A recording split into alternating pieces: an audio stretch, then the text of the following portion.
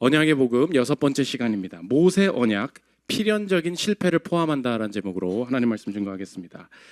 모세 언약이 중요합니다. 모세 언약을 어떻게 보느냐에 따라 평생 신앙생활에서도 구약 성경의 모든 구절을 자신의 인생에 받아들이는, 적용하는 관점이 평생 바뀌기 때문에 그렇습니다. 그래서 신학자들 사이에서도, 그리고 심지어 건강한 신학자들 사이에서도 이 모세 언약을 잘못 해석하는 것 때문에 도대체 하나님께서 우리 인생에 복을 내리시겠다는 거냐, 저주를 내리시겠다는 거냐, 하나님께서 약속을 하셨는데 내가 불순종하면 이게 없어지는 거 아니냐, 성경은 분명히 그렇게 나와 있다, 이렇게 이야기를 하면서 이 모세 언약을 가지고 다투는 경우가 참 많이 있다는 것입니다. 그래서 그 언약을 바라보는 관점을 잘못 이야기하면, 특히 구약 성경 읽을 때, 특히 모세 율법 읽을 때, 와, 나 망했나 보다, 와, 이거 똑같은 이 병이 우리 집안에 왔는데 하나님께서 나를 버리셨나 보다, 잘못 적용하는 오류에 빠질 수 있다는 것입니다. 교리적인 핵심적인 두 가지를 알아야 되는데, 오늘 주제가 뭐냐? 언약의 무조건성, 언약의 조건성. 이 두 가지가 같이 흐르고 있는 거, 이걸 이해하지 못하면 아무리 성경 읽어도 잘못 간다는 거예요. 언약의 무조건성, 언약의 조건성, 같이 있다는 거예요. 도대체 모세 언약의 특징이 나타나는 게 언약의 조건성인데, 언약의 조건성이 무엇인지, 그리고 이 말씀이 어떻게 우리에게 복이 되는지 살피는 시간 갖도록 하겠습니다. 첫째로 살필 것은 모세 언약의 핵심입니다. 원래 창세기 3장 15절부터 은혜 언약이 시작된다 말씀을 드렸습니다. 그 전에 그 은혜 언약의 주제들은 딱 보면 하나님께서 은혜 주시겠다는 게 맞구나, 그 느낌이 들어요. 2주 전에 노아 언약 보지 않았습니까? 무지개를 보여주시면서 절대로 다시 홍수로 너를 심판하지 않겠다, 인류에 대한 보존의 약속을 허락해 주셨습니다. 조건이 있다고 했어요, 없다고 그랬어요? 조건이 없어요. 하나님이 그냥 그렇게 해주시겠다, 은혜의 약속이에요. 아브라함의 언약, 내가 너에게 복을 주겠다, 땅 주겠다, 후손 주겠다. 누가 하신 거예요? 하나님이 하시겠대요. 아브라함을 통해서 그렇게 하시겠다. 그냥 아브라함이 그걸 믿었어요. 아무것도 안 했는데 믿었는데도 그냥 그렇게 될 거래. 전적인 은혜였다는 것입니다. 근데 은혜 언약 중에 중요한 게 하나가 또 뭐가 나오냐? 그 다음에 모세 언약이 나온다는 거예요. 모세 언약이 무엇입니까? 하나님이 이스라엘 백성과 맺으신 율법 언약이에요. 그 특징이에요. 하나님이 이스라엘과 맺으신 율법 언약. 율법의 특징이 무엇입니까? 지키면 복을 받고, 지키지 않으면 저주를 받는다. 28장 1절 보십시오. 내가 내 하나님 여호와의 말씀을 삼가 듣고 내가 오늘 내게 명령하는 그 모든 명령을 지켜 행하면, 조건이죠, 내 하나님 여호와께서 너를 세계 모든 민족 위에 뛰어나게 하실 것이라. 그러면서 쭉 얘기하는 게 뭐냐면 6절 한번 보십시오. 내가 들어와도 복을 받고 나가도 복을 받을 것이니라. 그냥 걸어 다녀도 네가 가는 곳마다, 떡반죽 그릇까지도 복을 받는다. 여러분이 먹는 그릇이 거기서 먹으면 흑백 요리사야. 너무 맛있어. 막 거기 담기기만 하면 막 맛있어. 뭐 그런 일들이 벌어지는 어마어마한 복이 주어질 것이다. 율법의 약속이에요. 근데 오늘 읽었죠, 28장 15절 은혜 언약이거든. 근데 만약 지키지 않으면 28장 15절 보십시오. 내가 만일 내 하나님 여호와의 말씀을 순종하지 아니하여 내가 오늘 내게 명령하는 그의 모든 명령과 규례를 지켜 행하지 아니하면 이 모든 저주가 내게 이를 것이니, 임하며 내게 이를 것이니, 내가 성읍에서도 저주를 받으며 들에서도 저주를 받을 것이요, 또 내 광주리와 떡반죽 그릇이 저주를 받을 것이요. 그러니까 뭐가요? 먹는 것마다 위험 걸려, 먹는 것마다 장염 걸리고, 먹는 것마다 소화 안 돼. 그렇게 된다는 거예요. 21절 한번 보십시오. 내 몸에 연병이 들게 하사 내가 들어갈 땅에서 마침내 너를 멸할 것이며, 22절 여호와께서 폐병과 열병과 염증과 학질과 한재와 풍재와 썩는 재앙으로 너를 치시리니 이 재앙들이 너를 따라서 너를 진멸하게 할 것이라. 말씀 그대로 놓고 한번 받아들여 보십시오. 하나님께서 그러니까 결국 복을 주시거나 저주를 주시는 것이 전적으로 무엇에 달려 있다고 느껴집니까? 느껴지는 게 아니라 뭐라고 써 있어요? 내가 어떻게 행동하느냐에 따라. 맞죠? 맞잖아. 그러니까 이 약속은, 모세 언약은 조건적입니까? 무조건적입니까? 조건적이죠. 그 모세 언약의 특징이에요. 조건적인 언약의 조건성이 극대화되어서 나타나는 것이 이 모세 언약의 특징이 된다는 것입니다. 그러니까 사람들이 신앙생활을 열심히 해도 관점이 없으면 이제 어떻게, 그냥 이 흐름을 한번 따라가 보자고, 분명히 이렇게 말씀이 적혀 있어요. 그럼 우리 이제 어떻게 되겠습니까? 하나님께서 원래 은혜를 주시겠다고 말씀을 뭐 한 것 같기도 하고 안 한 것 같기도 해요. 근데 모세 언약은 너무 확실해. 복을 주거나 저주를 주거나. 그럼 이제 저와 여러분이 말씀을 읽으면서 어떻게 느끼게 되겠습니까? 아하, 이제 바뀌었구나. 하나님의 일하시는 방식이 바뀌었구나. 아브라함에게 너로 민족을 이루고 복의 근원이 되게 하겠다라는 그 언약의 성취가 이제 언약의 성취의 방식이 바뀌었다는 거예요. 뭘로 바뀌었어요? 율법으로, 이제 율법의 시대로 바뀌었다는 거예요. 그래서 우리는 이제 주님의 복을 받기 위해서는 모세 율법을 지켜야 한다. 되겠죠? 이제는 우리가 순종해야 주의 복을 얻을 수 있겠습니다. 이렇게 생각하면 안 돼! 라고 너무 답답해서 바울이 편지를 썼죠. 그게 뭐예요? 그게 갈라디아서야. 이 모세의 율법, 모세의 언약을 바라보는 핵심을 절대로 그렇게 보면 안 된다라는 것을 설명하기 위해서 쓴 책이 갈라디아서가 된다는 것입니다. 바울의 외침이 뭐냐? 나중에 갈라디아서도 깊게 보겠지만 바울의 외침의 핵심은 이거예요. 정신 차려라 얘들아. 어떻게 하나님께서 언약으로, 약속으로 너희들한테 복 줄 거야, 은혜로 약속하신 것이 어떻게 없어지겠니? 율법이 생겼다고 해서 이제는 율법이야 하면서 예전에 했던 약속이 어떻게 없어지겠니? 율법이 생겼다고 해서 약속이 없어지는 거나 대체되는 거나 추가되는 게 절대 아니야. 약속은 약속이야. 언약은 언약이야. 절대 패하지 않아. 그렇게 보면은 이제 갈라디아서에서 뭘 이야기하는지가 보입니다. 갈라디아서 3장 17절 18절이 중요한 거예요. 들어보십시오. 내가 이것을 말하노니 하나님께서 미리 정하신 언약을 430년 후에, 이거 뭐예요? 창세기 출애굽기 지나가지고 이제 모세가 이제 출애굽한 다음에 이 율법을 받잖아요. 430년이 지났더니 자 이제 바꿀게, 룰을 바꿀게, 이거 말 되냐는 거예요. 들어보십시오. 430년 후에 생긴 율법이 폐기하지 못하고 그 약속을 헛되게 하지 못하리라. 만일 그 유업이 율법에서 난 것이면 약속에서 난 것이 아니리라. 그러나 하나님이 약속으로 말미암아 아브라함에게 주신 것이라. 약속이 율법 때문에 없어져요, 안 없어져요? 안 없어진다는 거예요. 절대로 바뀐 게 아니고 대체된 것도 아니다. 그러면 우리의 인생에 율법을 주신 이유가 뭐냐? 이 율법을 가지고 저주, 너 잘하면 복 줄 거야, 그렇지 않으면 저주를 내릴 거야 말씀하시는 조건적인 모습들이 보이는 이유가 무엇인가? 정리하면 제목과 같다는 것입니다. 필연적인 실패를 포함한다는 거예요. 그게 무조건적으로 우리에게 은혜를 주시기 위해서 하나님께서 이끌어 가시는 과정 중에 하나로서 모세 언약이 있다는 것입니다. 모세 언약의 특징이 뭐라고요? 필연적으로 실패를 포함하게 만드셨다는 거예요. 왜요? 이 율법은 우리에게 율법을 지켜서 구원을 얻어봐라 라고 주신 게 아니라는 거예요. 율법을 왜 주셨어요? 우리의 위치를 더 명확하게 깨닫게 하기 위해서, 우리가 얼마나 아무것도 할 수 없는 존재인지를, 얼마나 하나님과 인간 사이의 이 거룩이 차이가 나는 것인지를, 우리가 얼마나 악해서 하나님의 은혜를 의지하지 않고는 자신의 행위로 무언가를 이루지 못하는 내 정확한 상태를 깨닫게 하기 위해서 하나님께서 일부러 어떤 여정을 통과하게 하시냐? 조건이 있는 것 같은 여정, 이 조건을 지키지 않으면 완전 망하는 것 같은 내 인생의 여정들을 분명히 통과하게 하신다는 것입니다. 율법이 뭐냐? 우리 인생의 성공을 위한 조건으로 적용하면 돼요. 율법은, 내가 목사님 나 율법이 뭔지 모르겠어. 그냥 우리 인생에 생각해봐. 내 인생에 잘 되기 위해서는 세상이 말하는 조건들이 있습니다. 뭐예요? 예쁘고 잘생기고 돈 많고 좋은 대학 나오고 뭐 그런 거, 연봉이 높고 이런 게 있잖아요. 그렇게 승진하려면 뭐가 돼야 되고, 우리 인생에 여러 가지 조건들이 있습니다. 그런데 인생의 한탄이 뭐예요? 조건을 맞추지 못한 나, 그거죠. 조건이 되지 않기 때문에 탈락입니다. 조건이 안 되기 때문에 결혼이 안 됩니다. 조건이 안 되기 때문에 내가 승진을 못합니다.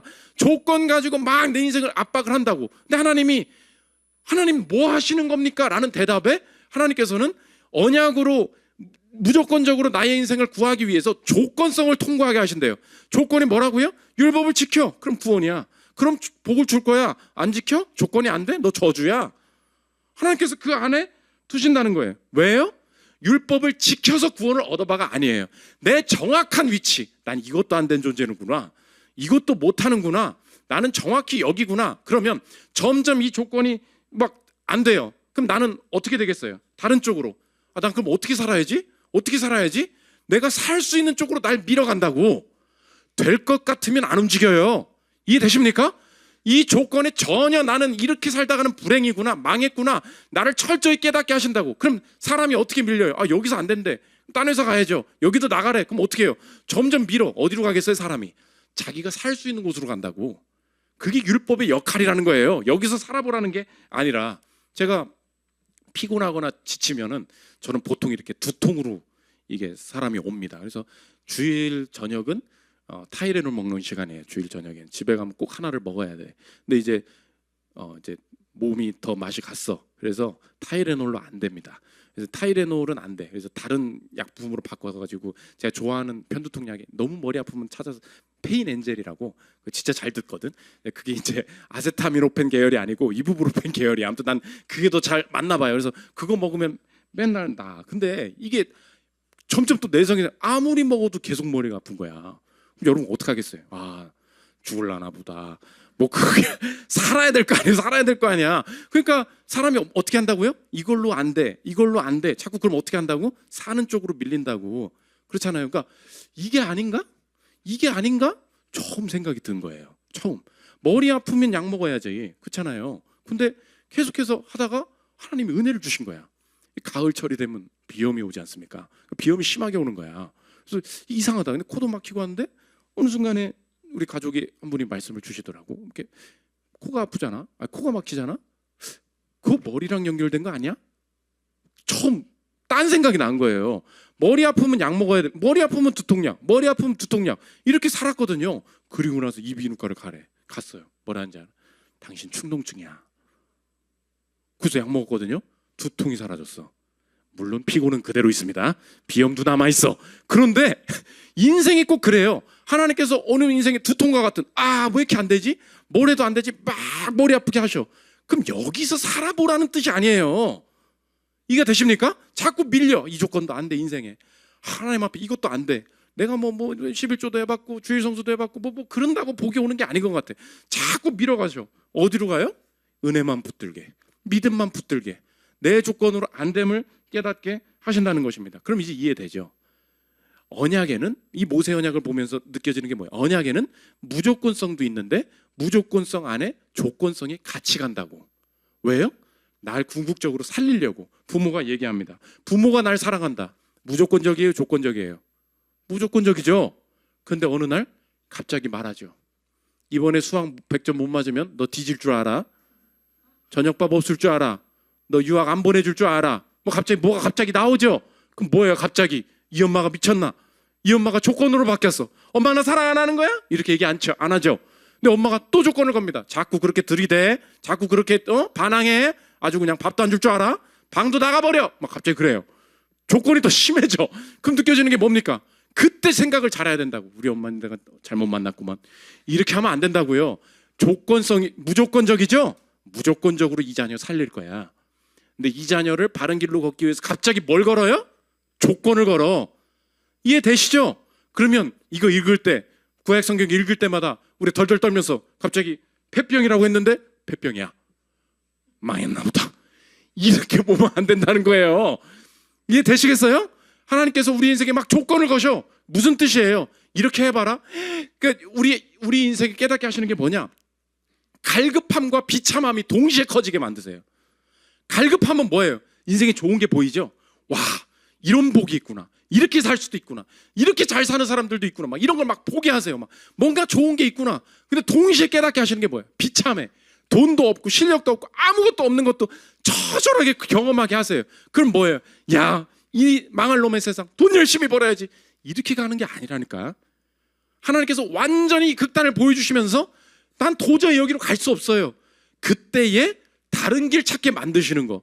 조건성은 그렇게 활용하시는 것이다. 율법에 하는 역할이 뭐냐? 나의 인생을 믿음으로 은혜로 이끌어가기 위해서 일시적으로 제한적으로 나를 조건성 안에 두신다. 그러므로 저와 여러분 철저히 조건을 경험하십시오. 그게 은혜 붙들기 위한 첫 번째 하나님의 인도하심이에요. 와, 세상 더럽다. 그걸 알아야 은혜를 붙들어요. 그래서 우리 교회도 많이 오잖아요. 그럼 오면 처음에 뭐라 그러냐? 성경 공부해보라고. 우리 그렇게 안 해요. 우리가 이제 또 다른 전략인데, 우리 어떻게 돈 벌어봐. 그게 성경 공부야. 살아봐. 살아내봐라. 얼마나 저축이 힘든지, 얼마나 뭐가 힘든지 한번 해봐. 뭐 목사님 돈 벌면 안 되냐? 벌으라고. 벌어. 내가 뭐 열심히 벌어서 11조 하겠대. 해라. 할 수 있나 보자 한번. 열심히 비트코인 하고 있대. 한 번도 나한테 뭘 준 적이 없어. 계속 내려가. 인생이 얼마나 힘든지 그때 다른 거 찾게 된다는 것입니다. 그러므로 적용할 수 있죠. 여러분 확신하십시오. 하나님이 여러분 사랑하신다면 분명히 이 과정 통과해요. 구호를 가져왔습니다. 같이 읽도록 하겠습니다. 시작. 실패를 경험하는 일은 정교하게 예정되어 있다. 다시 한번 읽겠습니다. 시작. 실패를 경험하는 일은 정교하게 예정되어 있다.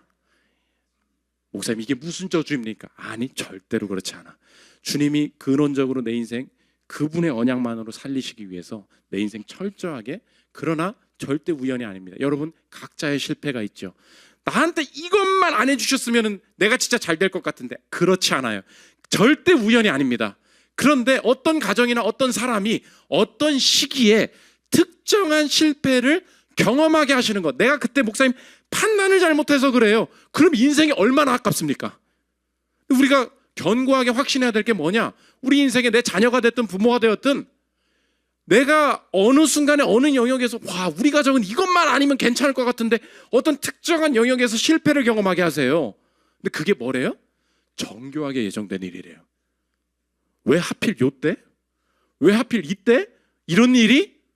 확신해야 될 게 뭐냐? 그 실패? 정교하게 예정된 하나님의 인도하심 가운데 있는 일이라면 절대 주님이 우리의 가정, 내 인생 놓으신 거 절대 아니다. 깨달을 수 있다는 것입니다. 두 번째, 모세 언약의 적용입니다. 두 가지인데 첫째로 안 되는 거, 우리 인생에 안 되는 부분 있잖아요. 조건이 안 맞는 부분. 언제나 안 되는 것은 은혜의 방편으로 보라는 거예요. 은혜 찾는 수단이 될 수 있다는 것입니다. 갈라디아서 3장 22절 보십시오. 그러나 성경이 모든 것을 죄 아래에 가두었으니 이는 예수 그리스도를 믿음으로 말미암는 약속을 믿는 자들에게 주려 함이라. 우리의 인생에 어떤 시즌이 있대요? 모든 것을 죄 아래에 가둔 시즌이 있다는 거예요. 23절 보십시오. 믿음이 오기 전에 우리는 율법 아래에 매인바 되고, 내 인생이 뭐예요? 매인바된 인생으로 막 깨닫게 하시는 시간이 있다는 거예요. 그 율법을 뭐라고 말한다 그랬어? 하나님의 뜻을 행하지 못하게 되는 것도 맞지만 율법이 뭐예요? 우리 인생의 행복과 성공의 조건으로 말하면 된다고. 나는 그게 안 된다니까. 나는 지금 돈이 없다니까, 실력이 없고 학벌이 없다니까. 그것에 매여서 진짜 여자친구가 떠나. 그것에 매여서 진짜 불합격을 해. 진짜로. 뭐 때문이냐? 그것 때문이야. 뭐 때문에? 돈이 없어서 안 되는 거야. 맞아. 학력이 없어서 안 되는 거야. 맞아. 외모가 별로로 안 되는 게 맞아요. 아무리 기도해봐야 소용없어. 그 얼굴로는 안 돼. 그 학교로는 안 돼. 그게 있잖아요. 여러분 가끔 물어보죠. 목사님, 교회 다녀봐야 소용없대. 그런다고 외모가 바뀌냐? 그런다고 돈이 생기냐? 그렇잖아요. 조건이 그대로야. 근데 오늘 성경은 뭐라 그래요? 조건에 메인바 되고 율법에 메인바 되고 메인바 된 시즌이 있다는 거예요. 그게 하나님의 무조건적인 사랑이라는 거예요. 왜요? 그때 깨닫게 하시는 게 뭐예요? 내가 은혜만 믿음으로만 믿음만 붙들어서 그 은혜를 누리게 하시기 위해. 그러면 내가 율법에 메인바 된 이후에 내가 그리스도를 만났을 때, 은혜를 만났을 때 내 인생에 안 되는 것을 어떻게 이제 다시 해석할 수 있습니까? 적용하면 이거예요. 조건의 제약을 저주로 보지 않게 된다는 것입니다. 이게 그리스도인들의 자유함이에요. 하나님께서 궁극적으로 조건 속에서 메인받은 인생으로 돈 없어서 안 되고 뭐 결혼 못 자녀가 안 생겨서 안 되고 뭐가 없어서 안 되는 걸 쫙 경험하게 하세요. 인생에 아무것도 되는 게 없구나. 그래서 하나님 앞에 내 인생을 온전히 은혜만 붙드는 인생으로 나아갈 때 우리 인생에 이제 조건 길러봐 그러지 않으세요. 내 인생에 새 마음을 주시는데 율법 이후의 자유함이 뭐냐? 율법에 메인받지 않는 자유함이겠죠. 그리스도 안에서. 그럼 그게 특징이 어떻게 된다고요? 조건의 제약을 저주로 보지 않게 된다고. 오늘 저와 여러분의 인생에 하나님께서 내 인생에 여러 조건이 여전히 있지만 그것이 내 인생의 행복과 하나님이 성취하실 뜻 가운데 저주가 되지 않을 줄 믿습니다. 그 어느 순간에 그 확신이 어마어마하게 드는 거예요. 맞아, 내가 이 학교밖에 못 나왔어. 그래서 이렇게 밀려가는 것 같아. 근데 하나님께서 내게 세기를 열어 주신다는 거예요. 저도 피아노를 되게 더 깊이 배우고 싶었습니다. 근데 뭐 돈도 없고 재능도 안 되고, 그러니까 자꾸 뭐 재즈 배워라, 뭘 배워라, 음악을 더 해봐라. 근데 난 모르겠습니다, 안 하겠습니다. 그러면 그때 마음이 어떻겠어요? 전공할 형편도 안 되고 뭐 학비도 못 내고 뭐 그러잖아요. 그게 다 조건의 제약이라고. 근데 지금은 너무 좋아. 조건의 제약이 저한테 오히려 자유를 줬어요. 딱 요것만큼만. 그죠? 어떤 사람이 자꾸 오해를 하더라고 저한테. 새로 오신 분들이 내가 왜 이걸 치고 있는지를 몰라. 목사님 되게 관종이시래. 금요교도에 보면 혼자 콘서트 하는 거. 뭔 콘서트에서 반주자가 없어서 내가 하는 건데. 그렇잖아요. 누가 볼 때 뭐 내가 되지도 않는 거 자랑하고 싶어서 여기서 하고 있다고 오해를 하는, 절대 그렇지 않아요. 근데 난 너무 감사해. 요거까지만 했으면, 너무 잘했으면 어쩔 뻔했어요. 설교는 안 들어오고, 저 목사님 피아노 너무 잘 친다. 가끔 틀리는 거 알죠? 가끔 틀려야 돼. 가끔 음도 안 맞고. 거기까지야. 조건의 제약이 저희 인생에 저주가 되지 않아요. 오늘 하나님께서 주시는 안 되는 게 뭐예요? 은혜의 방편이에요. 야, 지금 이 상황이 절대 조건의 제약이 될 수 없어. 내 인생의 저주의 제약이 아니다. 알 수 있게 된다는 것입니다. 두 번째, 되는 거, 할 수 있는 거, 내게 주신 거, 그건 뭐가 되냐? 감사의 방편이 된다는 것입니다. 많은 사람들이 찾게 그거예요. 은혜로 구원받는데 이제 율법 필요 없는 거 아닙니까? 여전히 이제 율법은 다른 역할로 기능을 한다는 것입니다. 이제 그리스도를 믿는 믿음만으로 내 인생의 구원을 얻었고, 이 율법의 저주 때문에 내 인생에 절대 이 율법의 저주가 없다라는 것을 알 때, 그럼 이제 어떻게 되냐? 갈라디아서 3장 25절 보십시오. 믿음이 온 후로는 우리가 초등교사 아래에 있지 아니하도다. 이제 끝났다는 거죠. 그럼 일단 이제 묻고 넘어갈게요. 근데 구약 성경을 쭉 읽어. 여러분 꼭 명심해야 돼. 그리스도께서 내가 받아야 될 모든 저주와 심판을 다 가져가셨어요. 근데 하필 신명기를 읽어 큐티를 해. 맥체인에 나왔어. 신명기 28장이야. 순종을 쫙 읽으면서 아멘 아멘 아멘 하고 가는데, 오늘은 성경을 더 읽고 싶어졌어. 쭉 읽는데 불순종하여 받는 저주가 딱 나와. 막 갑자기 또 폐병, 정신병, 정신 미치게 만들 거다 막 이런 게 막 나와요. 내가 지금 정신 미쳐 있거든? 그때 어떻게 생각하겠어요? 그리고 우리 엄마가 예를 들어서 정신이 지금 미쳐 있다고 치자고. 그 병이 똑같이 걸려 있어. 그럼 여러분 어떻게 생각하겠어요? 이 저주가 걸렸구나. 그렇게 보겠죠? 이거 맞아요, 틀려요? 그리스도 안에 있는 자에게는 우리가 당한 모든 것이 저주와 형벌로 주어진 것이 아닌 줄 믿습니다. 그러니까 이 저주의 본문을 읽어도 아멘일 수 있는 거예요. 그 본문을 피해가지 않아도 돼.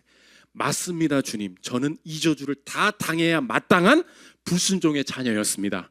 그러나 이 불순종 때문에 받아야 될 이 저주의 리스트 전부를 예수님께서 가져가 주셨음을 믿습니다.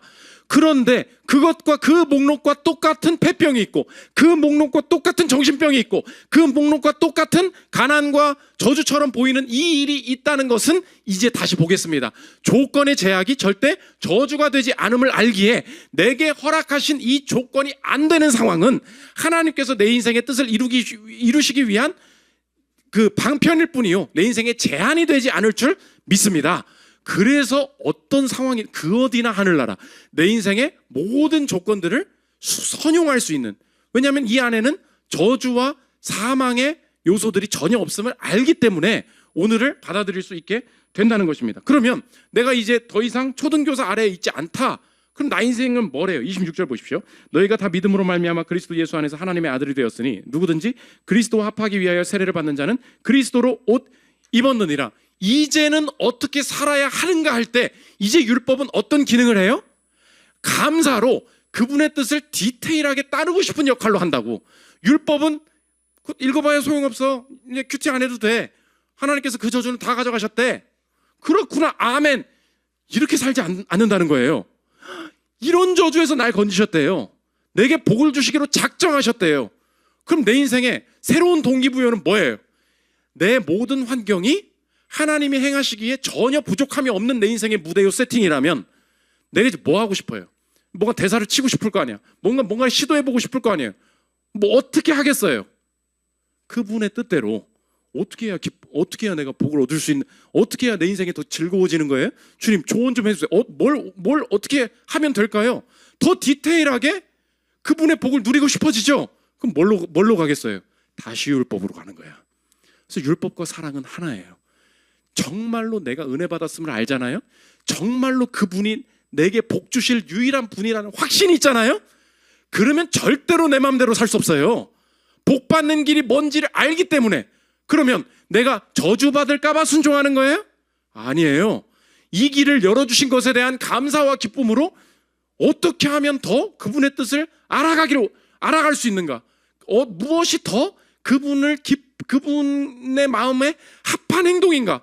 더 깊이 고민한다고. 그래서 주님을 사랑하는 신자들은 더 결국 궁극적으로 어떻게 되냐? 더 디테일해져요. 더 민감해져요. 더 깊이 순종하게 된다고. 제가 전혀 관심 없던 인생에 관심 분야가 생겼습니다. 그게 치아예요. 치아.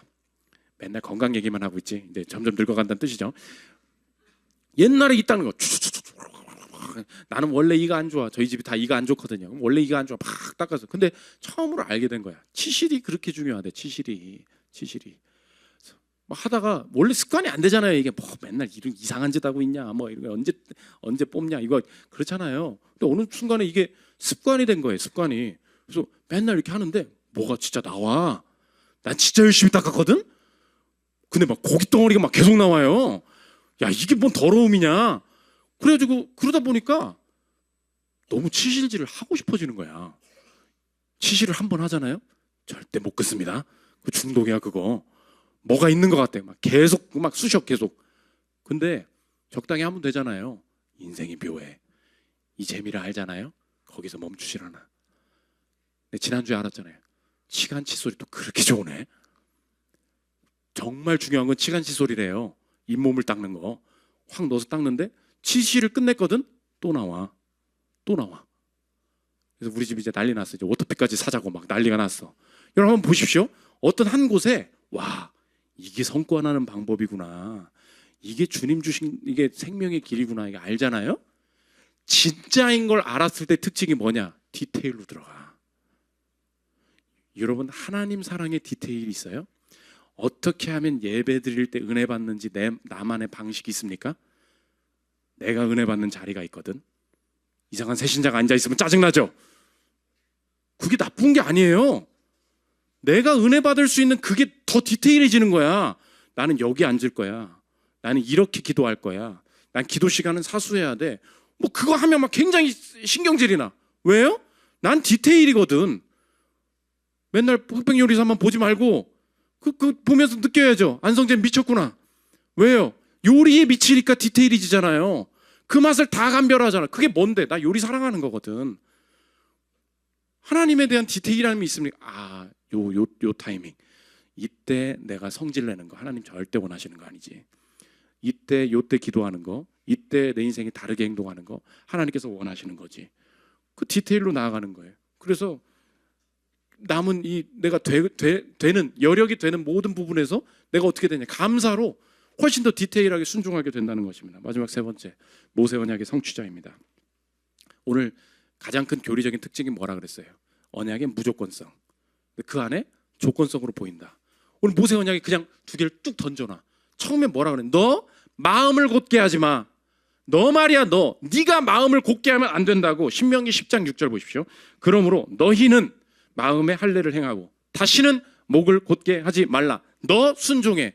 근데 모세 언약의 마지막에 뭐라 그러냐? 네 마음을 부드럽게 하는 걸 네가 할 수 있겠냐? 무조건성이 같이 나와요. 30장 6절 보십시오. 내 하나님 여호와께서 내 마음과 내 자손의 마음에 할례를 베푸사. 할례를 누가 한대요? 분명히 나보고 하라고 했거든. 누가 하신대요? 하나님이 하신대요. 할례를 베푸사 너로 마음을 다하며 뜻을 다하며 내 하나님 여호와를 사랑하게 하사 너로 생명을 얻게 하실 것이며. 나보고 해보라고 시키신 주님이 자기가 하겠다고 말씀하시는군요. 이게 언약의 무조건성과 조건성의 하모니예요. 나보고 이 조건 저주 주시려고 말씀하신 게 아니라는 거 아시겠죠? 나 대신 목이 곧게 하지 않으신 분 예수님이 이 땅에 오셔서 십자가에서 하신 일이 무엇입니까? 하나님 말씀에 순종하여 마지막 죽으시면서 고개를 숙이셨죠. 그게 그분의 완벽한 순종이었어요. 그 복이 우리에게 무조건적으로 주어짐을 믿으십니까? 맞아요. 근데 하나님 이상하네요. 자꾸 조건적으로 내 인생을 괴롭게 하세요. 왜요? 이젠 조건이야. 예수 믿었으면 이제 앞으로는 조건으로 복받고 조건으로 저주받고 세상의 조건을 성취해야 복 얻고 그렇지 못하면 망하는 거야. 이제 열심히 살아봐야 돼. 구원받았으니까. 이게 절대 복음 아니에요. 맞군요. 주님 무조건적으로 주셨군요. 그러나 나를 조건 안으로 몰아가실 때 그 안에서 발버둥 쳐봐야 내 인생이 얼마나 비참한 존재인지 명확히 내 자리 깨닫고 나를 점점 밀어가셔서 은혜만을 온전히 붙들게 하시는 그 위치 가운데 서기를 원합니다. 그때에야 알 수 있겠습니다. 내 인생에 지금도 매여져 있는 것 같은 조건이 예수 안에서는 이제 더 이상 저주가 되지 않을 줄 믿습니다. 이 조건 안에서 주님이 완전히 이루실 게 있다고 말씀하시니 얼마나 감사한지, 이제 얼마나 더 디테일하게 얼마 남지 않은 인생 하루하루 원하시는 대로 얼마나 순종하기를 원하시는지 하나님 하루하루 그렇게 살아보기를 원하고 내가 순종하지 않았던 영역에서도 도전해 보기를 원하오니 감사로 순종의 길을 걸을 때 주여 동행하여 주옵소서. 이 온전한 순종이 가능하게 된다는 것입니다. 평생에 모세 언약 때문에 다 망하는 거예요. 정확한 렌즈 가지고 맞아 이거 조건이잖아 이 말에 속지 않고 맞아 부모는 무조건적으로 사랑하는 거야. 그러나 이 자녀들 이끌기 위해 무자비하게 조건을 걸 때가 있어. 그 조건의 영역들 처절한 실패들 정교하게 통과하여서 온전히 믿음 안에 은혜만 붙들어서 열매 거두는 저와 여러분 되시기를 기도합니다. 우리 찬양하고 기도하는 시간 갖도록 하겠습니다.